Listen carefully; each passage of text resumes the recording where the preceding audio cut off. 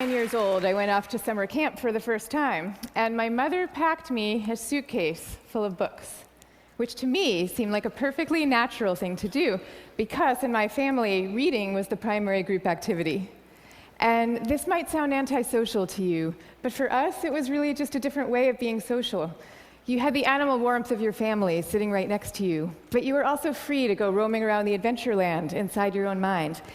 And I had this idea that camp was going to be just like this, but better. I had a vision of 10 girls sitting in a cabin, cozily reading books in their matching nightgowns.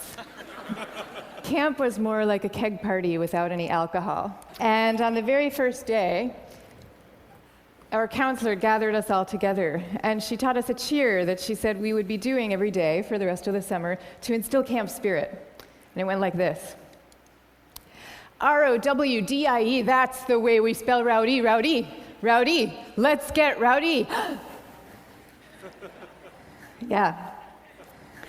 So I couldn't figure out for the life of me why we were supposed to be so rowdy, or why we had to spell this word incorrectly.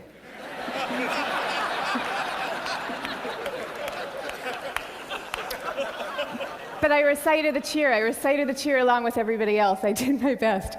And I just waited for the time that I could go off and read my books. But the first time that I took my book out of my suitcase, the coolest girl in the bunk came up to me and she asked me, "Why are you being so mellow?" Mellow, of course, being the exact opposite of R-O-W-D-I-E. And then the second time I tried it, the counselor came up to me with a concerned expression on her face, and she repeated the point about camp spirit and said we should all really work very hard to be outgoing.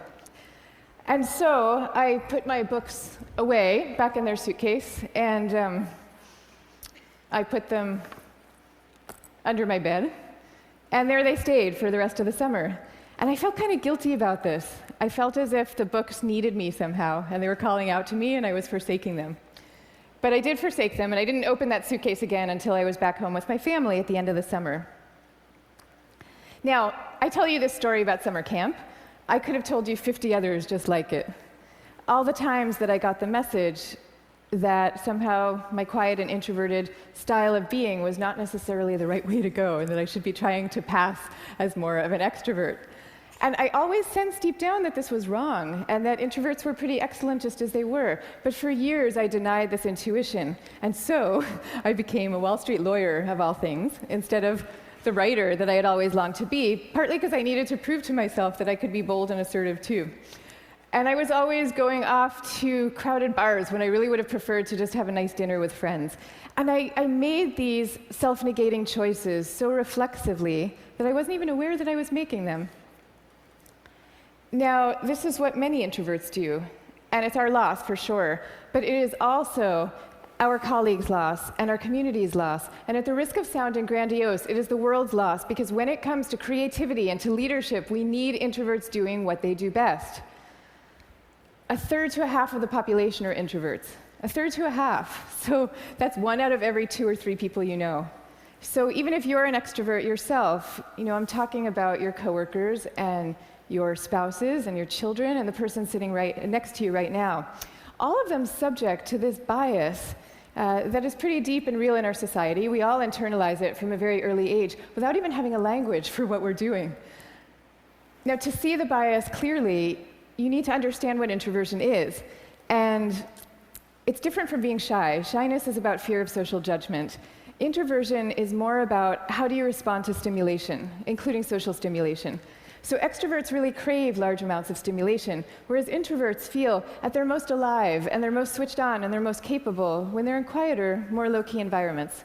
Not all the time, these things are an absolute, but a lot of the time. So the key then to maximizing our talents is for us all to put ourselves in the zone of stimulation that is right for us. But now here's where the bias comes in.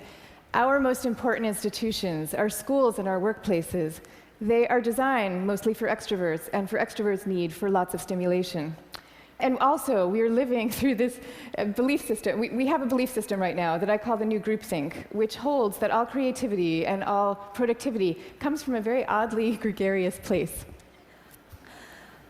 So if you picture the typical classroom nowadays, When I was going to school, we sat in rows. We sat in rows of desks like this, and we did most of our work pretty autonomously.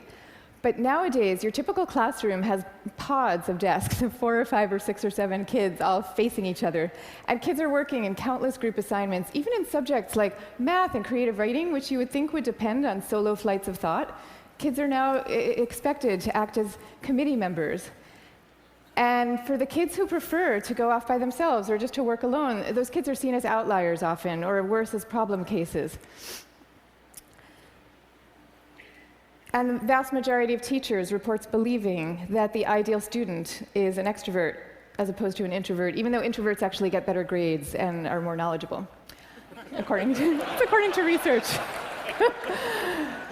Okay, same thing is true in our workplaces. Most of us work in open-plan offices without walls, where we are subject to the constant noise and gaze of our coworkers. And when it comes to leadership, introverts are routinely passed over for leadership positions, even though introverts tend to be very careful, much less likely to take outsized risks, which is something we might all favor nowadays.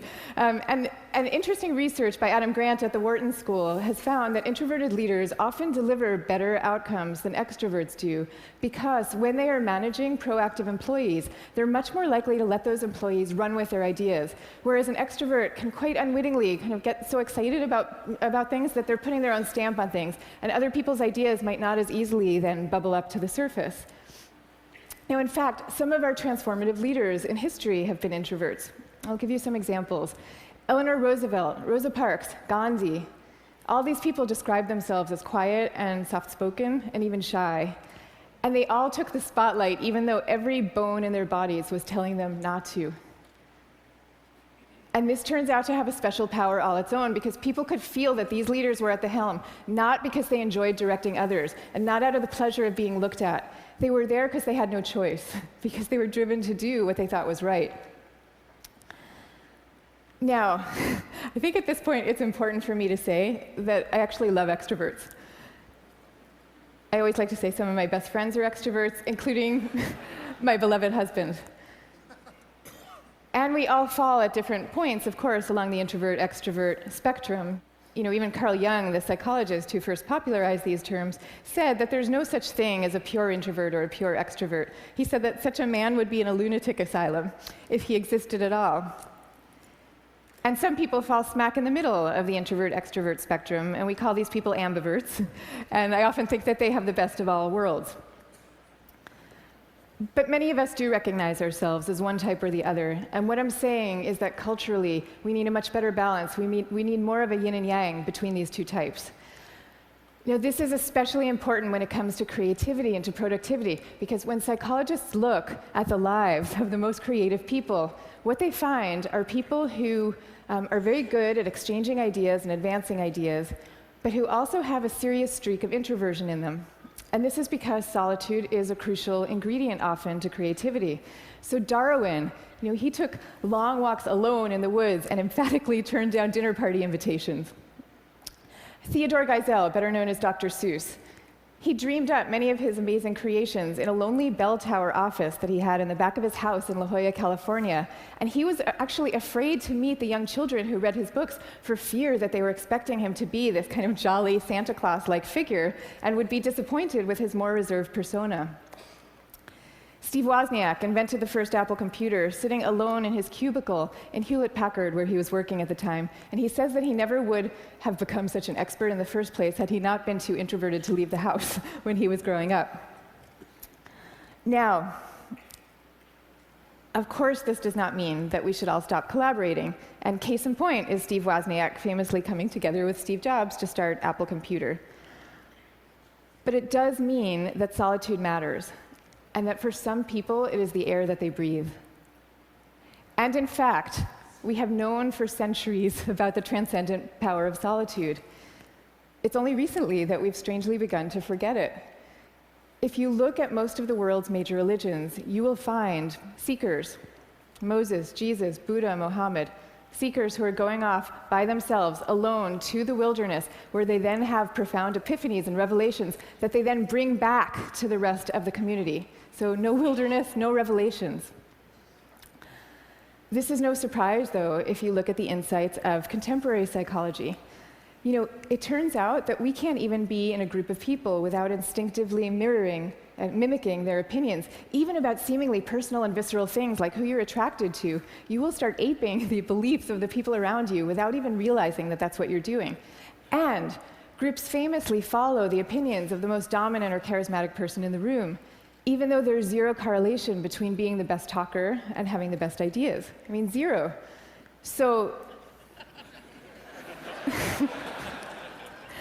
you might be following the person with the best ideas, but you might not. And do you really want to leave it up to chance? Much better for everybody to go off by themselves, generate their own ideas, freed from the distortions of group dynamics, and then come together as a team to talk them through in a well-managed environment and take it from there. Now, if all this is true, then why are we getting it so wrong? Why are we setting up our schools this way and our workplaces? And why are we making introverts feel so guilty about wanting to just go off by themselves some of the time? One answer lies deep in our cultural history. Western societies, and in particular the US, have always favored the man of action over the man of contemplation. But in America's early days, we lived in what historians call a culture of character, where we still, at that point, valued people for their inner selves and their moral rectitude. And if you look at the self-help books from this era, they all had titles with things like character, the grandest thing in the world. And they featured role models like Abraham Lincoln, who was praised for being modest and unassuming. Ralph Waldo Emerson called him a man who does not offend by superiority. But then we hit the 20th century, and we entered a new culture that historians call the culture of personality.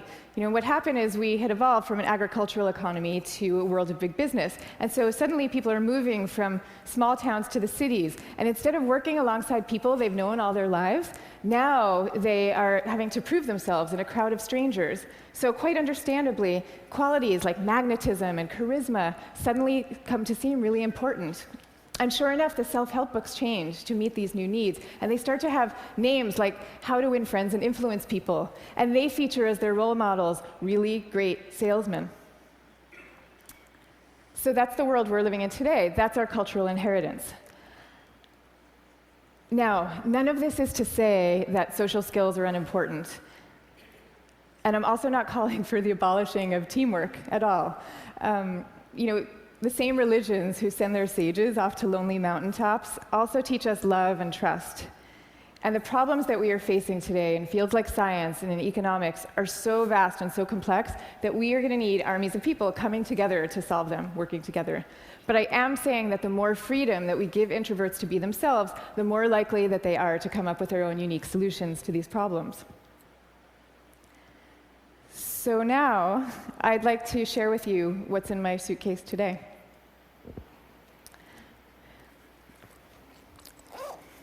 Guess what?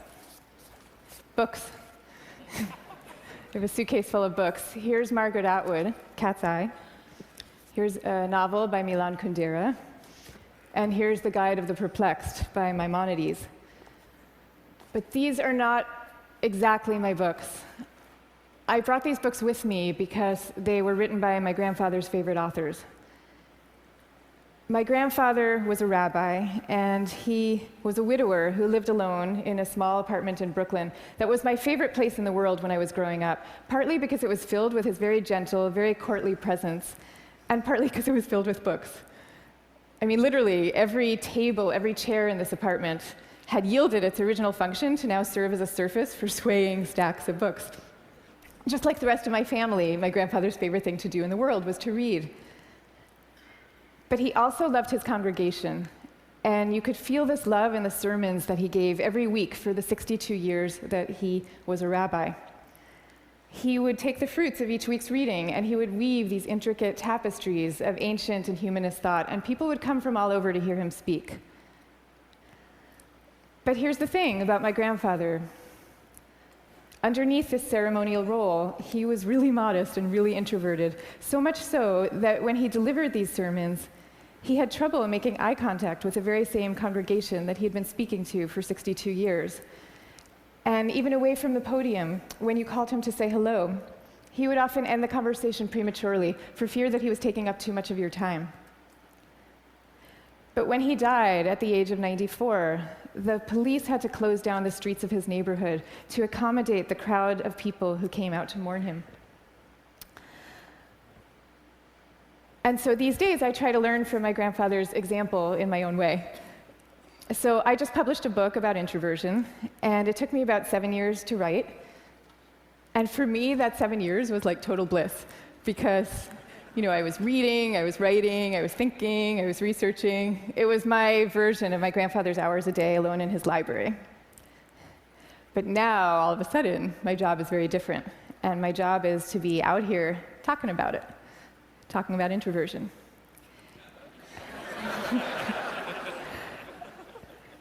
And that's a lot harder for me, because as honored as I am to be here with all of you right now, this is not my natural milieu.